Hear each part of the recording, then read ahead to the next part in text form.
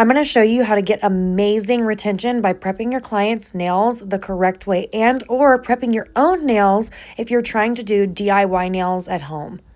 First thing that you're going to do is push back the proximal nail fold. That's what a lot of people call the cuticle, but you're really going to want to focus on the cuticles. That is the dead skin that's on the nail plate, and you can see in the video, it's where it looks like little white flakes are coming up. That's the actual cuticle. Making sure you get all of that off of the nail plate is going to ensure that you get the absolute best retention.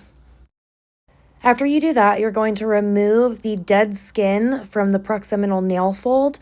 Some states are really particular about you doing this, and you're not supposed to do it. So make sure that you call your state board in your state if you're working on a client to ensure that you're doing things legally.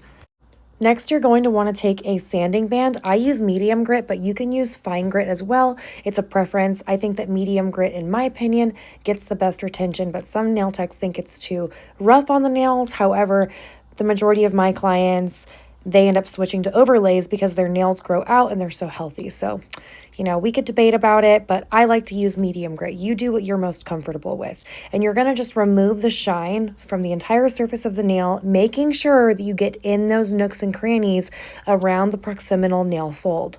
This is a step where a lot of nail techs make the mistake of not completely removing all of the shine from the nail bed, and it can cause lifting, even missing one little tiny spot.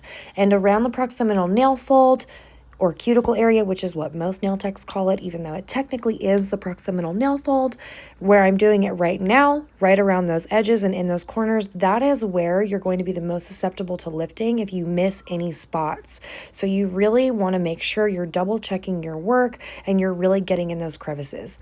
Next, you're going to take a lint-free wipe and you're going to take pure acetone, and you're going to wipe over all of your nail plates, and then you're going to go in with whatever your favorite primer is. I personally like No Lift primer. You can find it at Sally's. And that's all.